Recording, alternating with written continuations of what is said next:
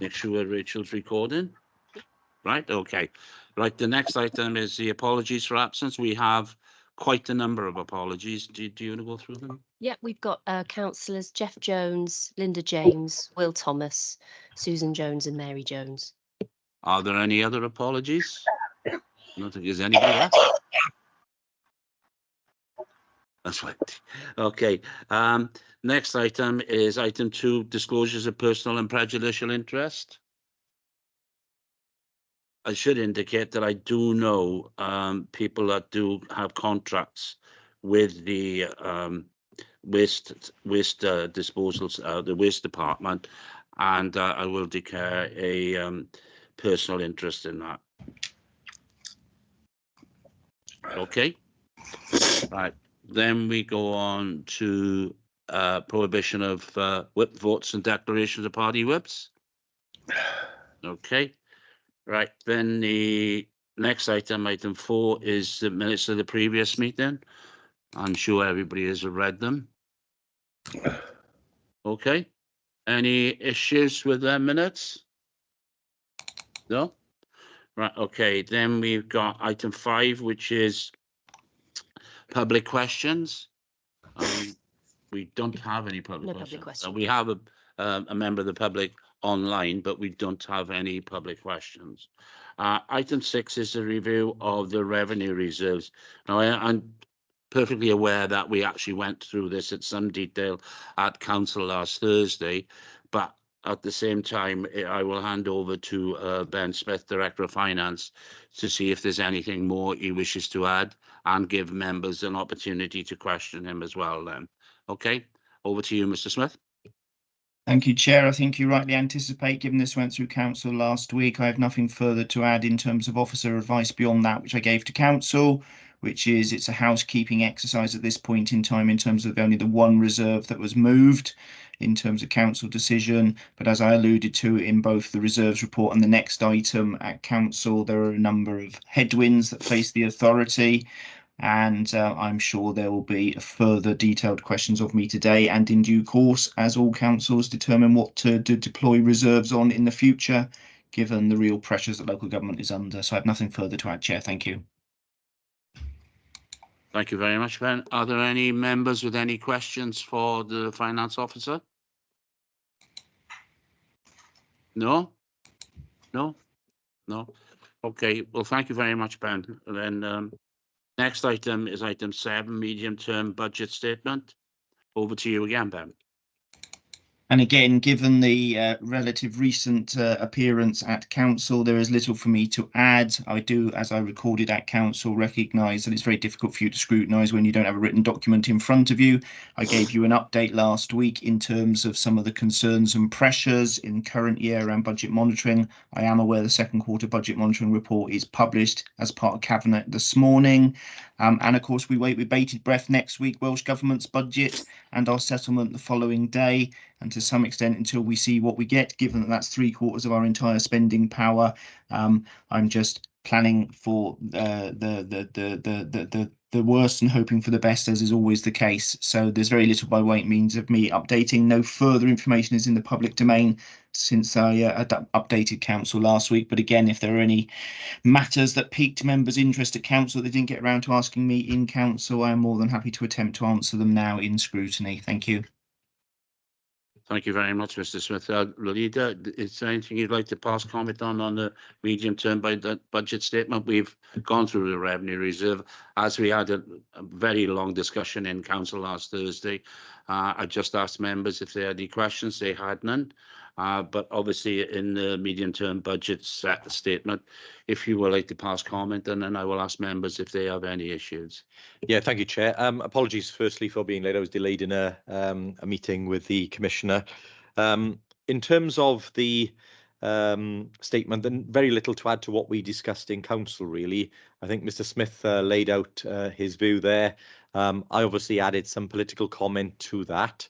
But I think we all await now what Welsh Government intend to do next Wednesday with their settlement.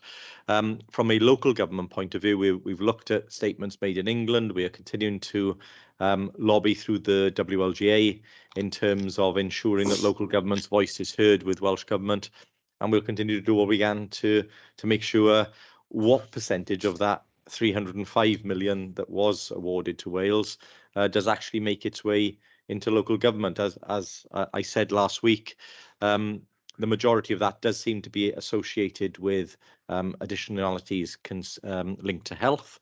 But obviously, our job is to make sure that education, social care, and all of the other services that people rely on every day get a fair share of funding from Welsh Government, even though they've had very little from UK Government.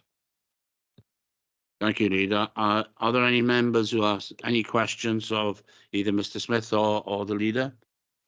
Councillor Peter Black.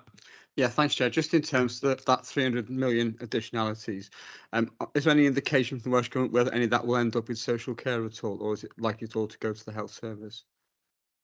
We are expecting some of it to flow to local government, but again, it is a complex picture, and of course, these are devolved matters. Yeah. But we will continue to pressure the government and do what we can to lobby for local government's interests in this respect.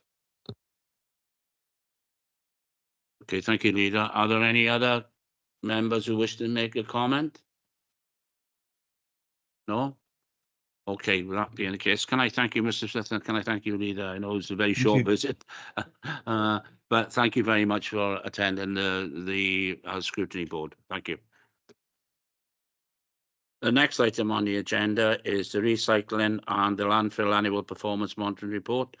And the cabinet member is Councillor Cyril Anderson. And Cyril, would you like to pass comment?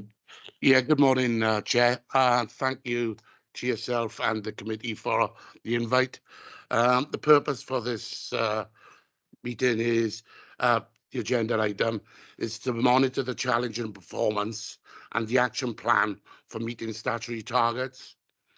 In this report, it explains the statutory recycling target performance to date and actions to meet statutory targets. I'd like to thank Chris Howells and Matt Perkins, firstly, for putting this report together for me. Much appreciated.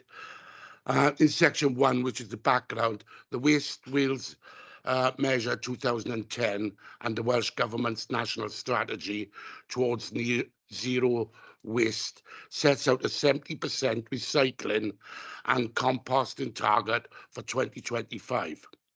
It also sets out targets to reduce the amount of biodegradable waste sent to landfill. In section 1.2, the Council adopted a new waste strategy in 2022, which sets out a range of principles and actions to achieve the statutory recycling targets set out in Welsh Government's plans by 2024-25. In addition, the waste strategy outlined upcoming issues and potential future options which may need to be considered. In 2022-23, the Council exceeded the current statutory recycling target of 64% by achieving 71.8. This was an increase of 6.7 on the previous year. This increase was principally due to switching black bags disposal from landfill to energy from waste, with the ash from the EFW process being recycled. The performance meant that the council sat on first in the league table of the performance for the whole of Wales. This is an admirable performance, as there are a number of factors which adversely affect our recycling rates.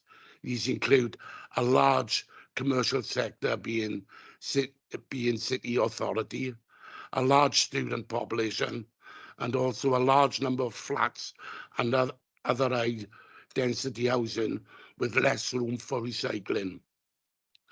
It is worth noting, Chair, that should the Council miss the Welsh Government statutory recycling target, the Council could face fines up to £200 for every tonne that a target is missed, which represents £250,000 £1 for every 1% short of target.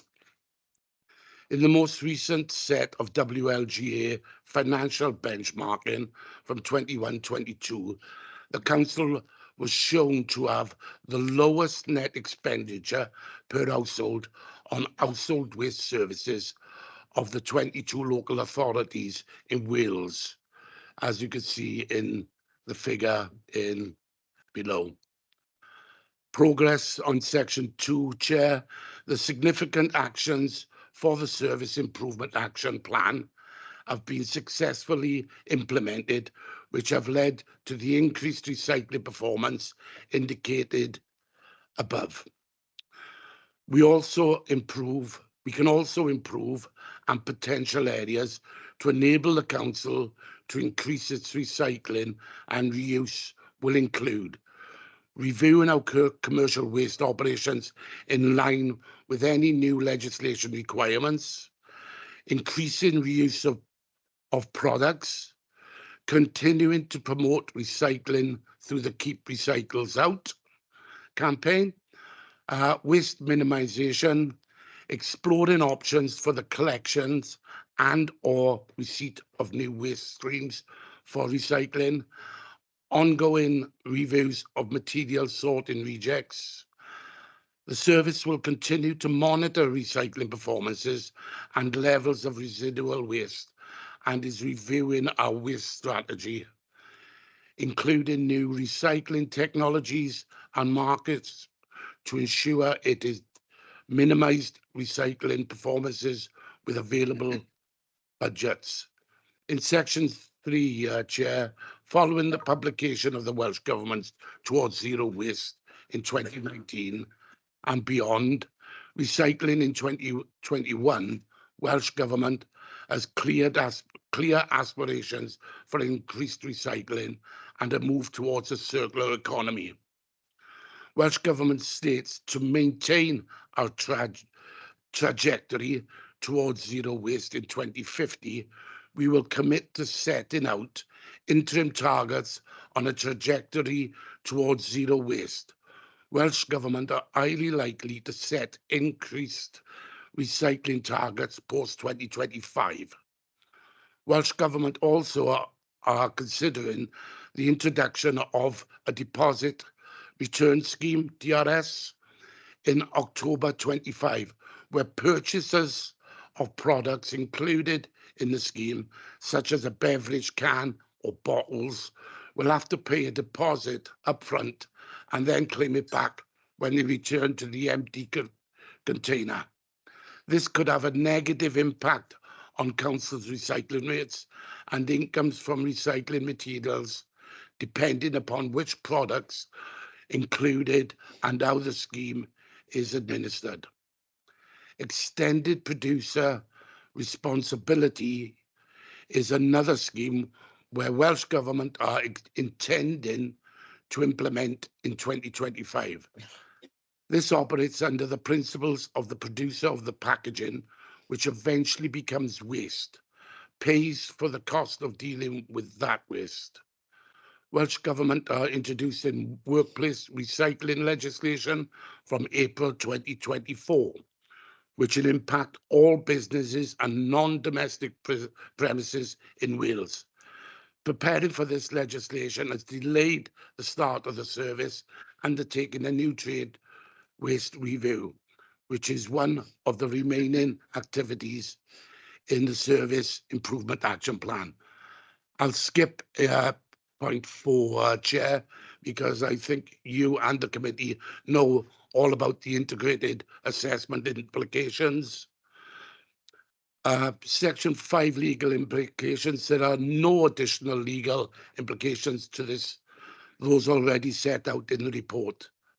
And in Section 6, the service has a circa of 14.6 million annual budget, comprising of 22.8 costs and 8.1 million income generated primarily through commercial contracts or the sale of certain recyclables. 1.1 million of the income currently comes via grants from Welsh Government. The 22.8 million costs principally comprise of staff, vehicles, purchase for recycling containers, and waste recycling treatment disposal costs. I'll finish there, Chair, and any questions, I can ask Chris to come forward with any answers. Thank you, Chair. Okay, thank you, Councillor Anderson. Right, Councillor Peter Black. Yeah, thank you, Chair. I wondered if we could give us an outline of the trial being undertaken in St Thomas around different ways of collecting the recycling, what exactly is happening and what the plans are for the future. What's that, Matthew? Yeah, I think I can answer that, Chair. We're looking at using or increasing our use of reusable containers for recycling. Some years ago, we rolled out a reusable bag for plastic bottle stubs and trays. The trial we're running in St Thomas is to look at reusable containers, both for cans and glass and also for our paper and card waste streams. And then if those materials are in reusable containers, it moves us towards the Welsh Government blueprint. It provides those materials as a loose product, which will create them, make them easier to recycle and increase their value.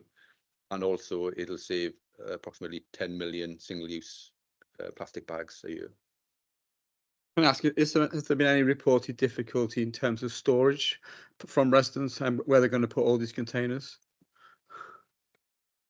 Well, the containers will only replace existing single-use bags, which people fill anyway.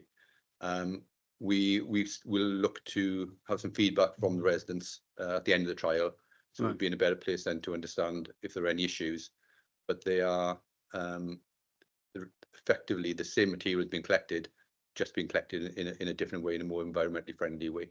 Yeah, but I keep my single-use bags in a cupboard and only fill them up as and when I use them. You know, if you've got a big canvas bag, you've got to find somewhere to store that, haven't you? So, and similarly with a plastic box for other things as well. So there is going to be additional storage use, and I'm interested because St Thomas, of course, is a largely terraced area similar to where I live in Mansleton, and you know we have less storage space than say a house in Derwent Var, which has got a big drive. And so I'm just interested in any feedback on that, and also any feedback on whether how well residents are responding in terms of sorting the materials into the different containers. Yeah, I think your points are well made, and that's why the area was chosen rather than use an area which wouldn't be particularly representative of the more difficult areas in Swansea for people to store. So, you know, we'll seek the feedback from the residents.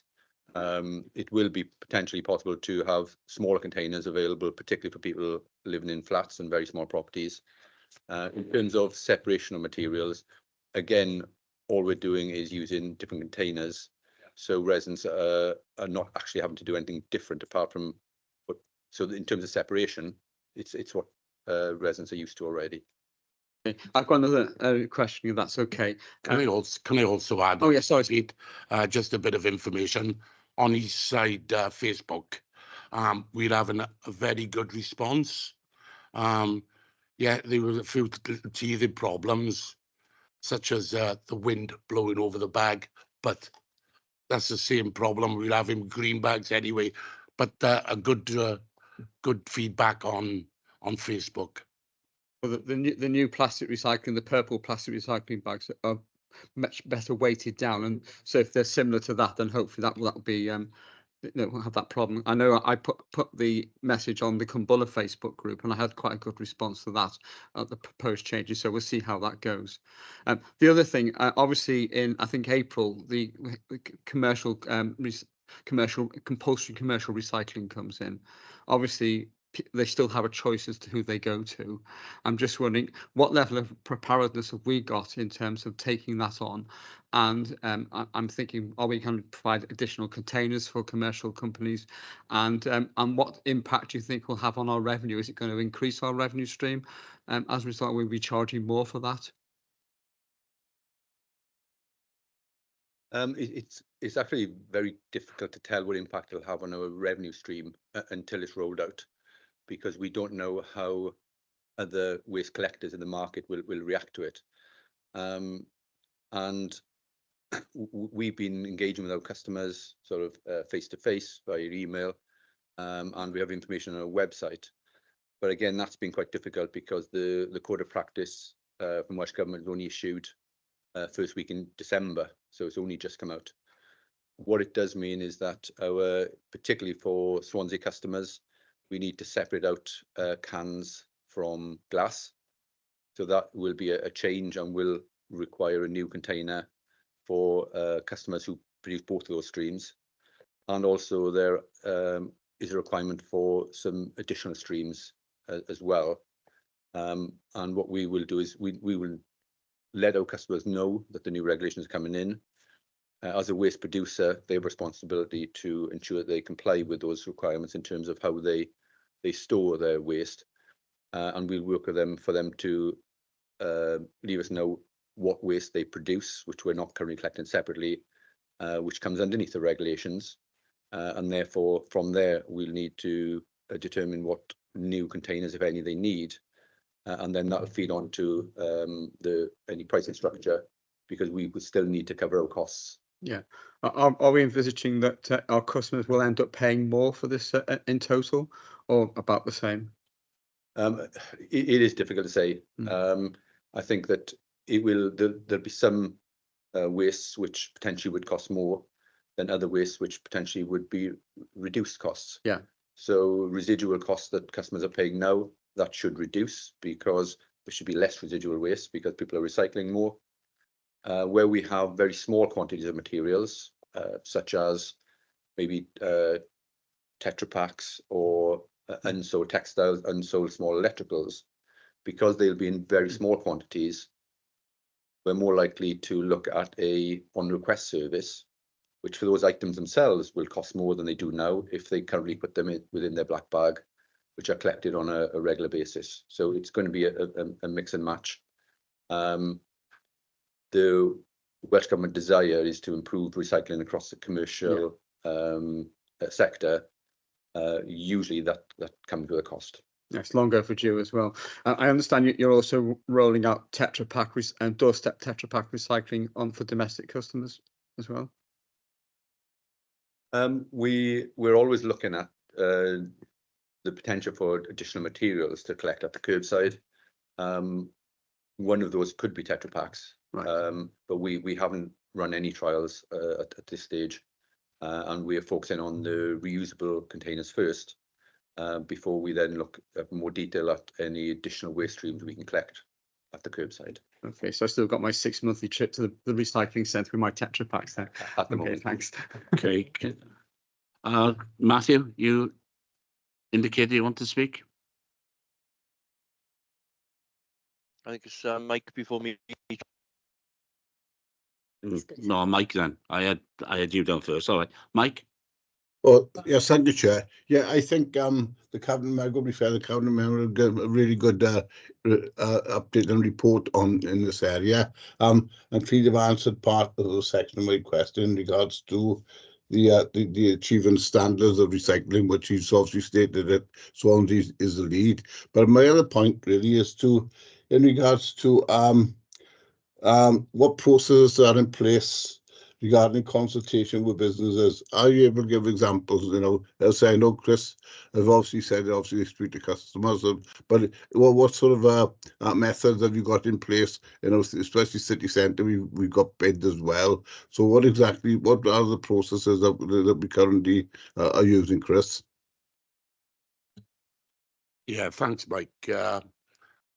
What I would say is on November 2023, Welsh Government approval, the workplace recycling regulations coming into force on the date of 6th of April 2024. To support the regulations, Welsh Government also published an updated code of practice and the communication services toolkit on the 4th of December this year. Between now and the 6th of April, the service area will be making changes to the commercial waste services to ensure it's compliant by the coming into force date. To date, the service area has been advising commercial waste customers of the forthcoming legislation changes via email, verbal, and website. Welsh Government have a communication strategy aimed to ensuring all workplaces in Wales are legislative changes. The Council will use the Welsh Government's communication toolkit to help and to engage with local commercial waste customers. Mike, I hope that answers your question. Yeah, that's fine. As I say, but I was to say, it is important. We obviously, as was mentioned earlier on, but Councillor Black is obviously important, and we, this is a service that we provide, and it brings in revenue that we show that we obviously are providing a good service, and which the customers will hopefully want to sign up to. Thank you, Chair. Thank you, Mike. Matthew? Yeah, thanks, Chair. And I'm sure the Cabinet member would agree that exceeding our 2025 target at the end of 2023 is fantastic news for the authority, and with Wales being one of the best recyclers in the world as well. A couple of different questions or points. And Cabinet members probably aware, I have a huge hatred of one-use plastic recycling bags, and embrace the day when we go to reusable receptacles across the whole authority. I notice, as Councillor Black said, hopefully we're engaging with residents in the pilot areas, and I'm hoping we're engaging with the collection crews as well to find an easy way for them to work as well, because it's going to be obviously a different system for them. It's not just a case of picking a bag up and chucking it in the back. They've got to return the items as well, and obviously we've got to be mindful how we return the items onto the curbside. We're going to have a lot more, hopefully, reusable receptacles on the curbside for people to retrieve. So my point being, have we got a sort of monetary figure on any potential saving? Obviously, there'll be an outlay for the reusable receptacles, but the 10 million non-recyclable bags then, or one-use bags, is there a potential saving when we go to the new system, if and when we go to the new system? That's my question. Thanks. Thank you very much, Matthew. Chris? Yeah, thank you, Chair. Yeah, at the moment we're seeking Welsh Government grant for the initial purchase of reusable containers, and on the proviso that we are successful in gaining that grant, we anticipate that the changeover will be cost neutral. There's many sort of ups and downs, as quite rightly the member said. We would save on the ongoing purchase of single-use bags every year. However, there will be replacement costs of reusable containers as they get damaged, lost, or indeed they only have a certain lifespan. We will have reduced sorting costs and potentially increased value of the recyclables, but also the collection will slow down because it is a different process, and the collection crews need to take the containers back and put them at the front gates or on the doorstep. So therefore, we will need more collection crews. But our analysis so far would suggest a cost-neutral transition into reusable containers. Can I also add as well, Chair? I'd like to put my thanks to Chris and Matt for achieving these recycling targets. I think they've worked extremely hard in the last, well, since Chris has been in force, and Matt. So a big thank you on my behalf there. Thank you. Thank you. Thank you, Matthew. Mark, you put your hand up. Councillor Mark Tribe. Hello, Chris. Good morning, all. No, my question was answered earlier on. Thank you very much, Chair. Okay, thank you. Councillor Locke.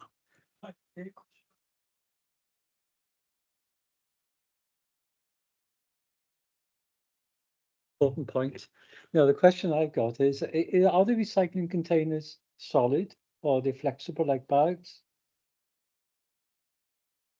Yeah, it's a mixture. So for the containers that we're trialing, for cans and glass, we're using a solid box with a lid.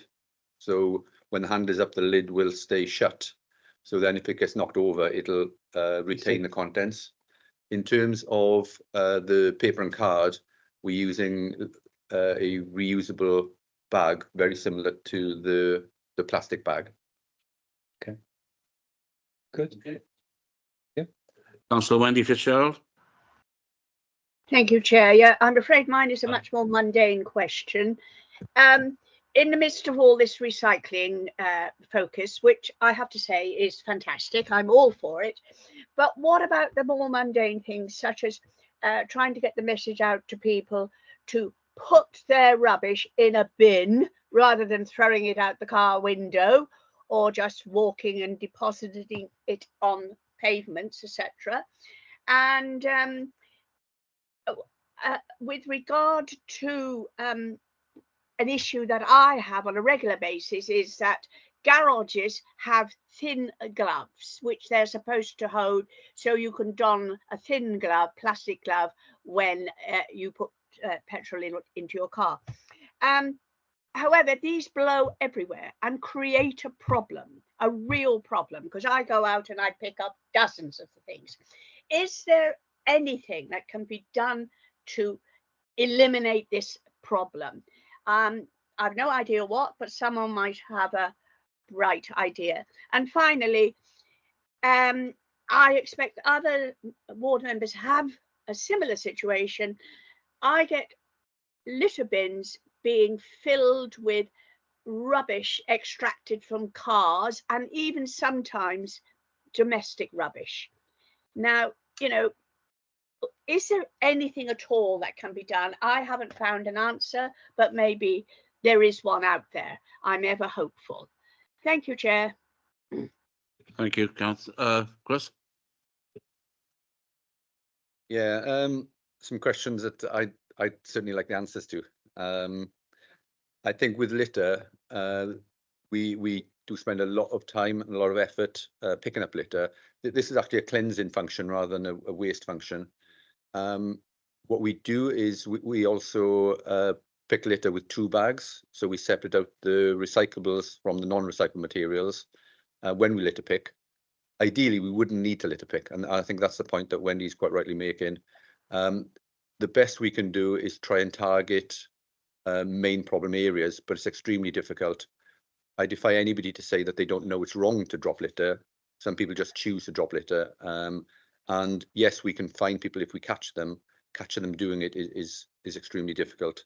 And again, if there are particular garages where we have problems with the plastic gloves, we're happy to visit the garage, assess what level of containment they have for disposing of the gloves, but we would have difficulty in strictly enforcing that because they're the private premises, and once things leave their premises, it's very difficult to engage some businesses, albeit there are other businesses who we can engage more successfully with, and some businesses, things like fast food outlets, often will have sort of social awareness, through which they will litter pick the surrounding area around their premises.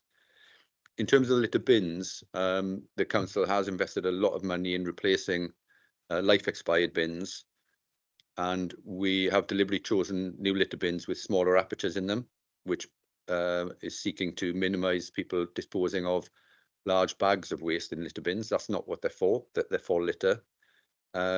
We have sticker all new bins saying no domestic waste, and indeed where we have extensive problems with litter bins, and it's not often just the bin being full, it's people then depositing additional bags of waste around a litter bin, knowing the council will come and collect. Yeah. And I know that sometimes it may seem counterintuitive, but the best solution we found is actually to remove the bin and then target the bags which are put there, and those bags reduce and reduce over time.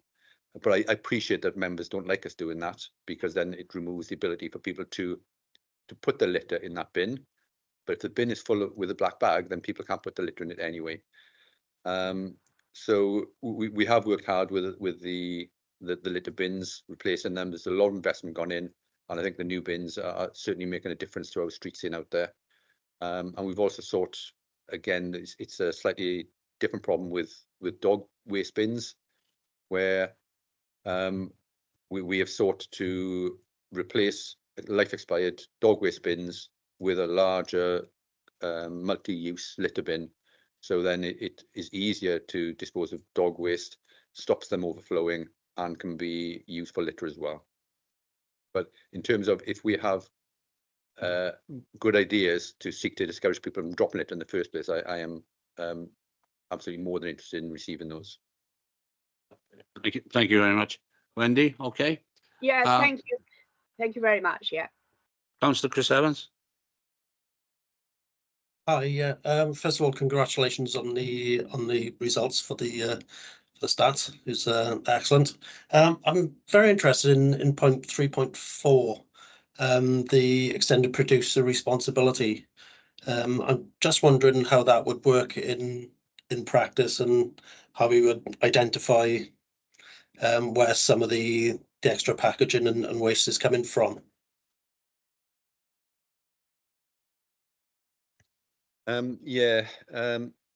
EPR is a very complex issue, and it's been rolled out across the UK, but by all governments, hopefully in a coordinated way. And the broad principle is that the producer of waste pays for its eventual disposal. And as a principle, I think it's a good one, because that should encourage people who are current producers of products which are currently wrapping them in difficult to recycle materials and therefore expensive to dispose of materials, would be encouraged to reduce the wrapping in the first instance, and then to make whatever they do wrap them in more easy to recycle, and therefore less costly to recycle. So that's the broad principle of it. What's included is uncertain at the moment. There are lists which change regularly, and care has to be taken, because if the EPR system increases costs for producers of products, where's that cost going to go to? It's going to go to the public who buy the products. So it's one item which is difficult to dispose of are nappies, for example. The British Just governments would be resistant to being seen to be taxing nappies, even though ideally, from an environmental point of view, it'd be better if people used reusable nappies. But that's a hard sell to make. So it's one where we need to keep our eye on how it's progressing.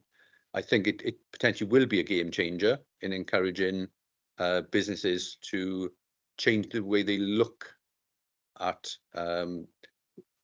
packaging their products. I'm not sure how well it'll work on the sort of worldwide stage. I'm not sure, what pull even UK government will have on Coca-Cola, for example. But we have to start somewhere, I think. So it's a very interesting process, probably fraught with some difficulties along the way. Thank you, Chris. Okay. Councillor Peter Black. Yeah, thank you, Chair. I think a lot about rubbish, and I've got lots of questions. One of the issues we've had over the last year or so, of course, in terms of collections, is vehicles breaking down, old vehicles which need a replacement. So I'm just wondering what the situation is in terms of replacement of the fleet. Are we going towards electric? And secondly, are we looking at purpose-built vehicles in terms of these new containers for the collection of different waste? So you put them in different slots, as they have in Neath, Talbot, Powys, etc., as part of that replacement. I do share Matt's concern, by the way, about these new containers being left scattered around the pavement. It is a big issue at the moment, and it could get worse with more containers. Yes, unfortunately, we have had some issues as the fleet gets older. We have recently placed an order for, I think it's about 12 to 15 new vehicles on their fleet renewal. We've had some modelling work done and comparing our current collection system using usually twin packs, so 2 compartments in the back of the vehicle, compared with Neath Talbot, for example, where they have multiple compartments on one vehicle, and that system, through the modelling, shows that it would cost us a lot more to run that system. The system also is much slower, and those vehicles have much lower carrying capacity, so it is a totally different system. So our intention is to continue with our current model of collection. We are replacing more vehicles with the twin packs rather than the 1 compartment on the back, which will give us more flexibility to carry more waste streams. And we're assessing which waste streams could be mixed in the future if we bring additional ones in, which can be easily sorted. And we have funding in place we're running our second procurement for the second tranche of replacement vehicles.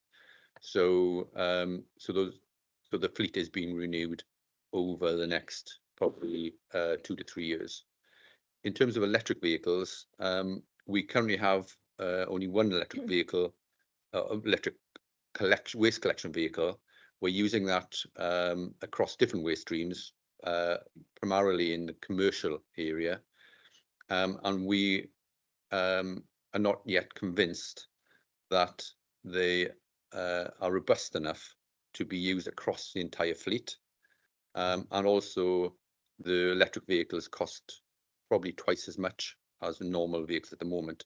So our current replacement strategy for the next 2 to 3 years is based on diesel vehicles, with a view that will give time for us to have more confidence in the electric market, which we have 1 vehicle, others are growing their numbers of vehicles as well, and technology will change over the next sort of 5 years. So it's anticipated that there'd be a much keener look at it during the next fleet replacement. So presumably we're leasing these vehicles rather than actually buying them, give us more flexibility. It's quite a complicated scenario. The way it happens is that they are leased vehicles. Yeah. The electric one we have is an owned vehicle because we were supported by Welsh Government grant on that to cover the difference in the cost. But yes, we spec vehicles and they are bespoke vehicles to us. And then we end up in a leasing position with a leasing company. So therefore they have a lease period of 5 to 7 years. We have options to extend leases. We have options to buy out vehicles at the end of leases. And we usually have a mix and match position. But what we don't want to do is end up with a very old fleet, which gives us problems in terms of breakdowns. So presumably once this current leasing period of the new vehicles you're acquiring ends, you have to wait for that to end before you switch to electric. So that gives you time to do a proper evaluation. It will, Yeah. although I believe that because we're aware of the potential for electric or other low emission vehicles to become available, I believe we've looked to reduce the leasing period slightly to give us more flexibility. So I think we're looking at that's why it's 5 to 7. So we're not tied into the 7 years. I think we can make that replacement at 5 years if we need to. Okay, thank you. And I think we're also looking at, but the infrastructure is not there yet, Peter. But yes, not only electric, but also it going into hydrogen. But again, as you know, we are looking, Swansea having a new bus hydrogen park. So we're hoping if the technology is right, we'll be able to get these vehicles over to hydrogen, clean hydrogen, may I say. And also, I have been told by Mark Barrow that 14 new vehicles will be delivered around about the February, March. So hopefully that will help to stop the missed collections. none of these technologies are as environmentally friendly as you think they are, but the emissions are the big issue. Yes, Yeah, exactly. yeah. Correct. Councillor Bridget Rowlands. Thank you, Chair.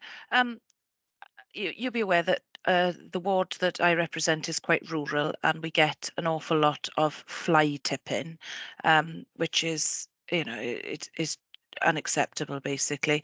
I just wondered how much of that gets recycled, and also how good are we at prosecuting perpetrators, because I know an awful lot of information is given to is reported, and how many prosecutions do we make to stop that, because it is a huge cost to the authority. Yeah, again, fly tipping is a cleansing function rather than a waste function. So it is outside the scope of the report that we presented today. But yes, fly tipping in rural areas is certainly a problem that we look to deal with.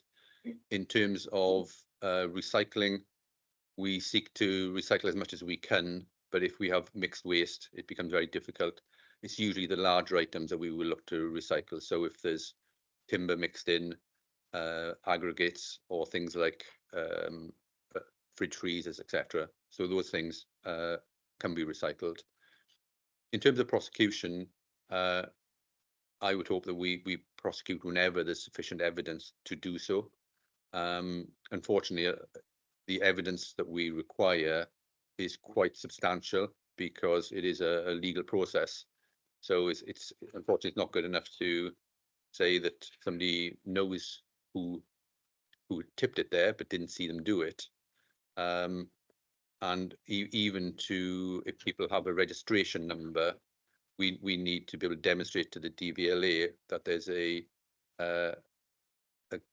really high probability that that vehicle has been involved in an illegal activity before we can get the owner's details. We're not able, we have to follow due process. So in terms of prosecutions, I believe we do take as tough a line as we can, but it is often difficult to get adequate evidence to prosecute. Okay, thank you. Okay, Bridget. We Thank did you. at some stage will be asking cleansing to come in and investigate what happened with fly tipping, because it's a problem right across the whole of the city now. Councillor Mark Tribe. Again, good morning all. In the similar vein to Bridget's question, we suffer as a ward significantly, especially in the Velindre area, with fly tipping. And the question I am repeatedly asked is, why can't we install CCTV at the hotspots or even wildlife cameras to identify the perpetrators? Is that feasible? Is that possible? Mark, over the years, in many places throughout Swansea, we've actually done that. But it's not as simple as just putting a camera there. It's a question of having the evidence and the proof that the individual vehicle was doing it, and that's one of the reasons that we will be calling in and asking cleansing to come in and talk to us about fly tipping and what we can do right throughout the city to combat this. Well, it has become really difficult to prosecute and actually catch the people doing it. It's virtually an academic epidemic. Forget it. Yeah, I'll be happy to go along with that. Thank you. Okay. Are there any other members? Oh, Matthew, sorry. Thanks, Chair. And I'm sure we'd all welcome the time when cleansing come in so we can speak to them. I think we're going slightly off track. I was just wondering to ask Chris, obviously, and Councillor Anderson, we're obviously trying to steer ourselves away from the one-use plastic green bags now, which I've already stated is wonderful. Are we considering any alternatives to our current plastic food waste bags, please? Because they drive me nuts as well. Okay.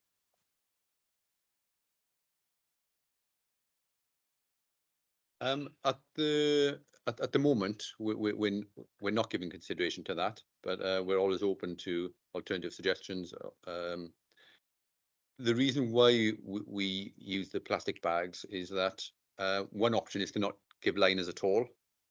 You know, it is feasible to put food straight into a caddy, to present that and then to clean it out. But what happens then is a lot less people recycle food.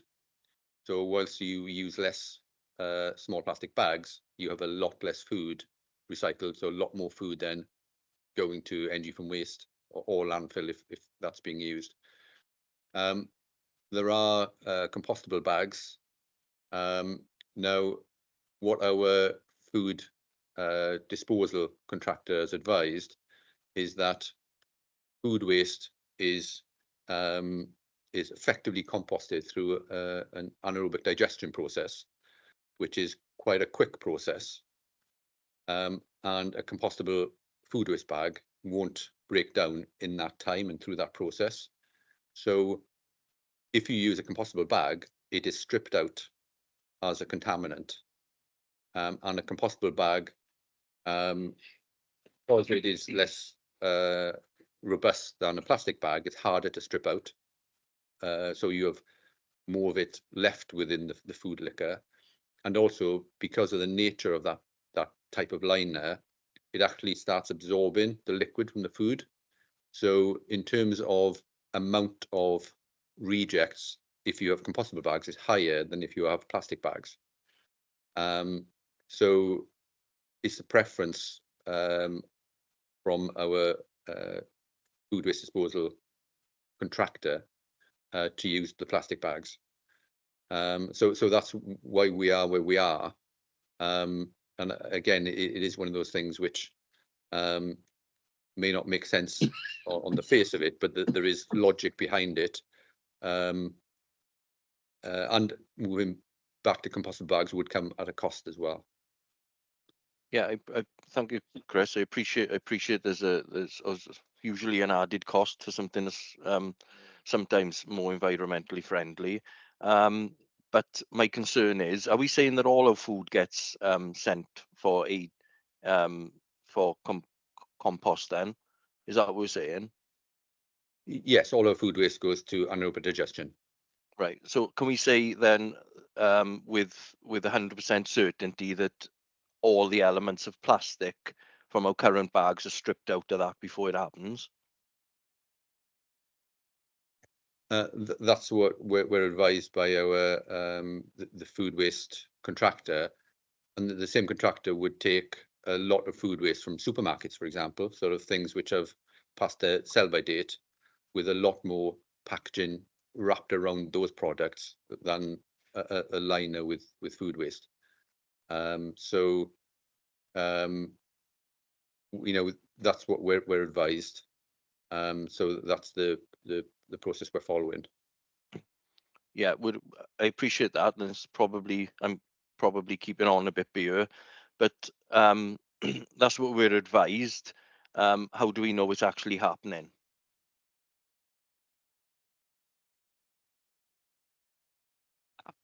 It's a good question, Chris, but I think you'd have to take the advice from the people that do it, do they? Their honesty, I suppose. Yeah, it is a good question. And we rely on because all these companies have to provide data and statistics as to all the material they bring in and all the material that goes out. So we rely on their reporting, because they have to report to NRW just similar way we do. I'd be happy to seek comment from the food waste disposal contractor directly. That might be of use to the committee. What do you think of that, Matthew? Do you think we should have a report back from the people that do the aerobic digestion and see what their view is? Yeah, because I struggle with the element of the thousands and thousands of tons of food waste that people recycle, which is fantastic. Don't get me wrong. It would be nice if we didn't have that waste in the first place. But you know, we are where we are with it. I just struggle with the fact that we have, with thousands and thousands of tons of food waste, we probably have tens of thousands of one-use recycling bags within that, and I'm just struggling with the concept of removing every single element of those bags from that waste. That's all. And then that waste gets sent for composting, and then that compost gets thrown around gardens and everything with potential contaminants within it. I'd welcome their process then, Chair. Okay, what we can ask is for their NRW statement of end use and the process details of what they do. Okay. Councillor Chris Evans. Just on the composting thing. In the early 2000s, the Scottish government had a thing where they handed out to residents free home composters. So it might be worth speaking to the Welsh government to see if they do similar, so people could actually compost their own food waste at home, and that would sort of get around a lot of the problem of plastic bags versus compostable bags. Just a suggestion going forward.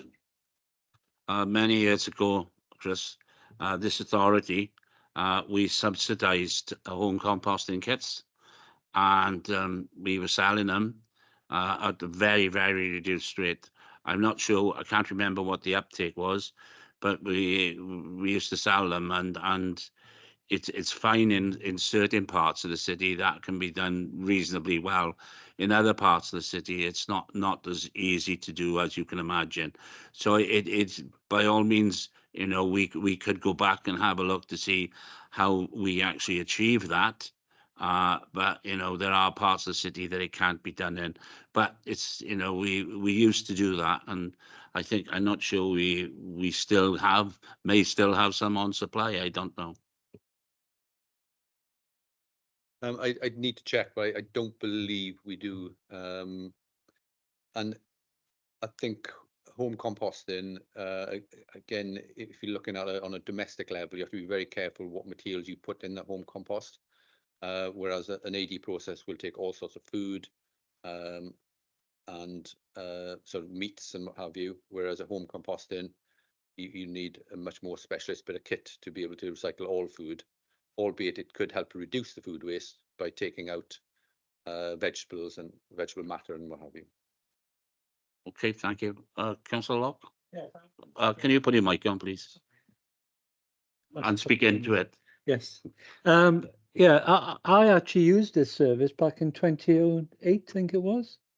And I bought one of the compost bin, which I have still got. Now, I hope that I'm doing the composting correctly, but I don't put any animal waste into that compost bin. I only put in stuff which can actually rot down. The interesting point is that these bags, these liners that go into the thing, in the main, they do actually only last a few months, but I've had some which have obviously been there some years, and it's only when they go out into the garden with the recycled stuff, which is rotten down, and when they exposed to light, and then they actually break down. That's my experience anyway. Okay. Are there any other questions or comments? Yeah, the only one I have is that obviously products are given to the council through recycling, etc. And I think Councillor Anderson said we sell stuff for about 8.1 million of what we sell.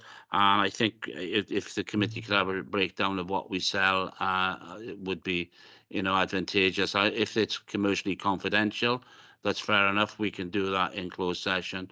But I think it would be helpful for members to see what we sell and what we actually get for it. Apart from that, if there's no other questions, can I thank Councillor Anderson and Mr. Howells for attending. As you can see, for the length of time we've been at it, it's one of these issues which is incredibly important.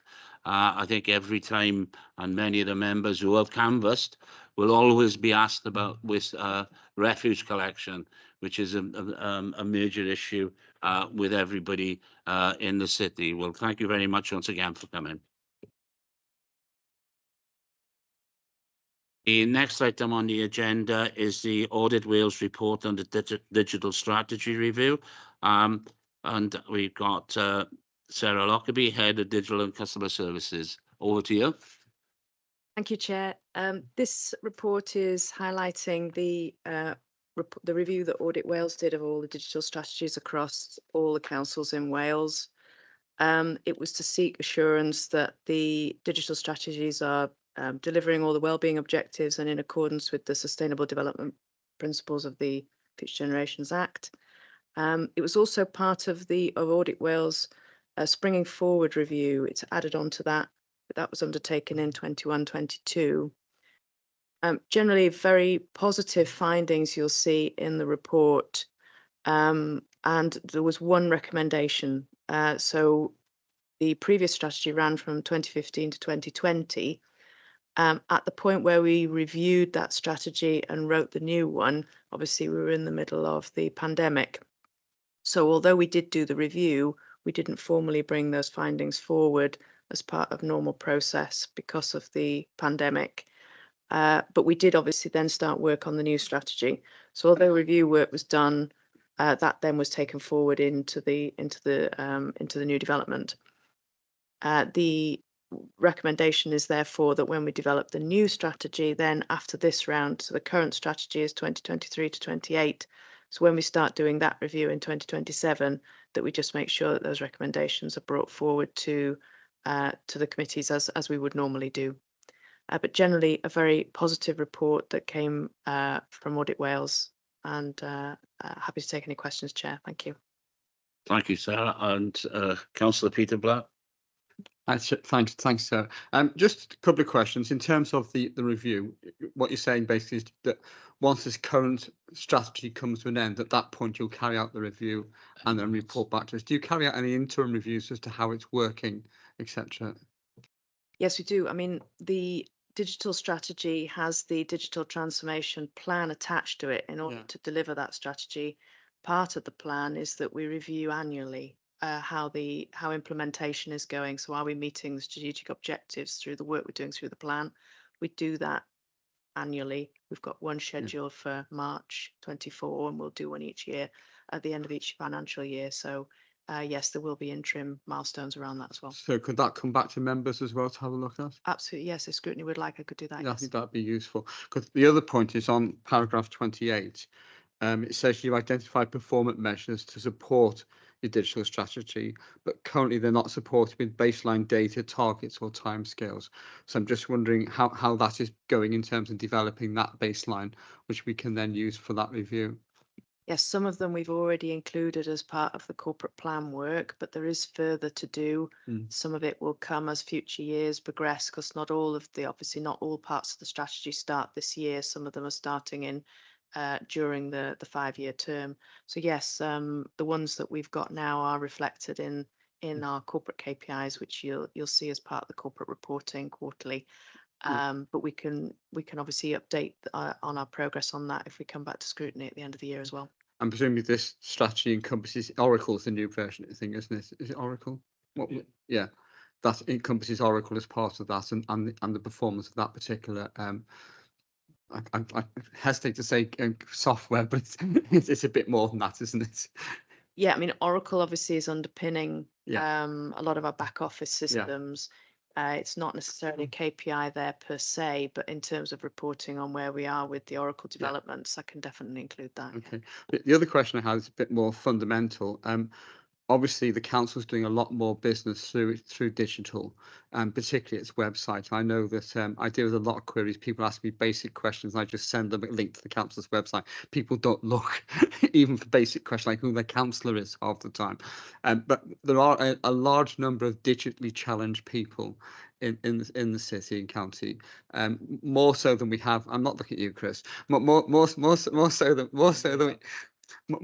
so than we have than say on the continent, and I'm just wondering how do we cope with that if we move more towards a digital way of delivering services? As we've set up a digital transformation board to deliver the strategy, and on there is sitting the tackling poverty lead as well. Yeah. and the Tackling Poverty lead has written a digital inclusion strategy and plan, and that's on the back of again work done by Audit Wales as well across the whole of Wales. So we're including that work as part of the Digital Transformation Board work, and again, if we report back here, we can report back on that too.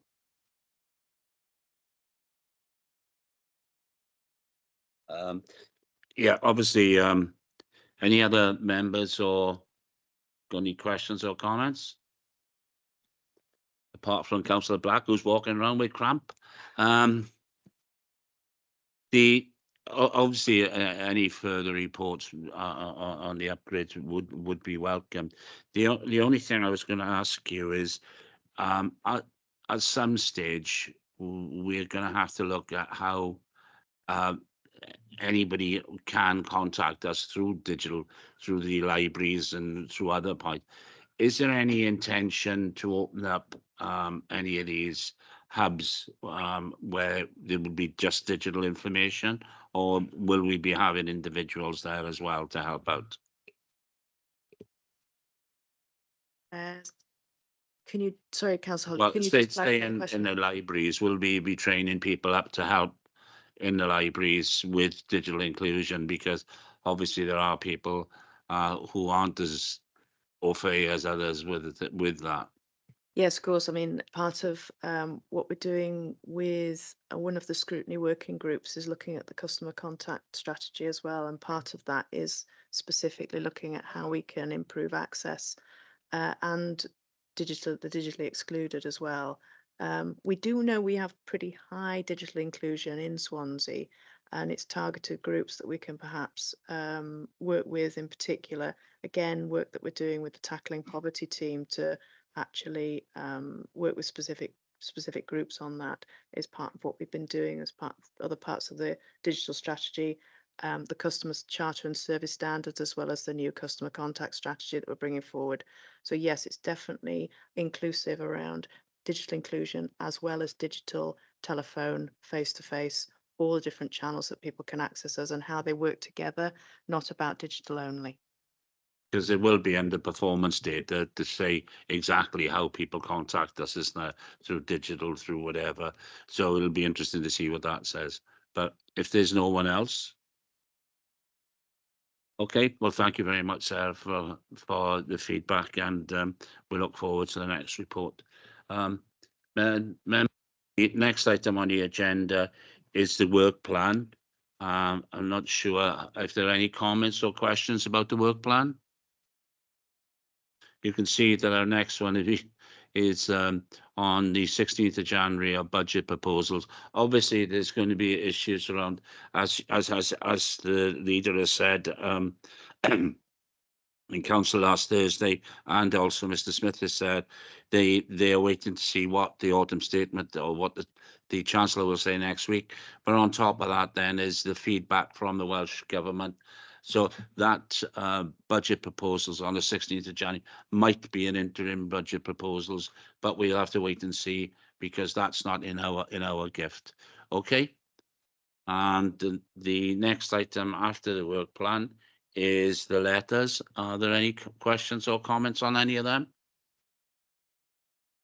If not, can I thank you all for your attendance, and if I don't see you before, all have a very good Christmas and New Year, and be healthy as well. Take care. Bye. Bye. Aye.